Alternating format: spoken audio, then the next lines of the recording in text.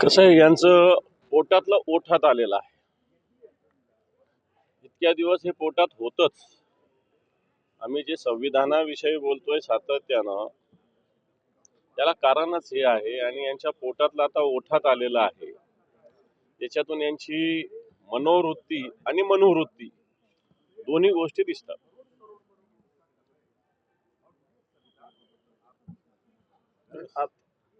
विरोधी पक्ष नेते संदर्भात ते अर्ज तुम्ही भरणार आहात का? कारण काल सुद्धा उद्धव ठाकरेंनी मार्गदर्शन केलं, त्यात काही चर्चा झाली आहे का? नाही, चर्चा काही झालेली नाही, पण तो विरोधी पक्ष नेता व्हावा म्हणून निश्चित येणाऱ्या 1-2 दिवसामध्ये किंवा या आठवड्यामध्ये निश्चित आम्ही सगळे मिळून संपर्क साधून विधानसभा अध्यक्ष, मुख्यमंत्री यांच्याशी भेटून निश्चित विरोधी पक्षनेता व्हावा म्हणून त्याच्यासाठी जे काही रिसर्च प्रोसेस आहे ती कंप्लीट करू. महायुती राम शिंदे यांनी अर्ज भरलेला आहे. महाविकास आघाडीकडनं कोणी अर्ज भरणार आहे का, की ही निवडणूक सुद्धा बिनविरोध होईल?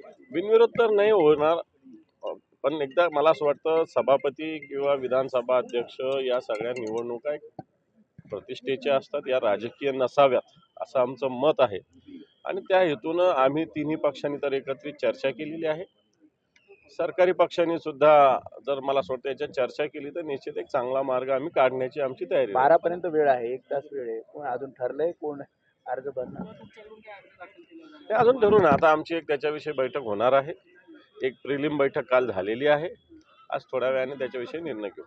अजित पवार थ्रोट इन्फेक्शनचं सारखं हे होतंय, तर काय बोलतोय? आता तो त्याचा थ्रोट इन्फेक्शन झालं, त्याला काय आता डॉक्टरांचा इलाज ते करत असतील.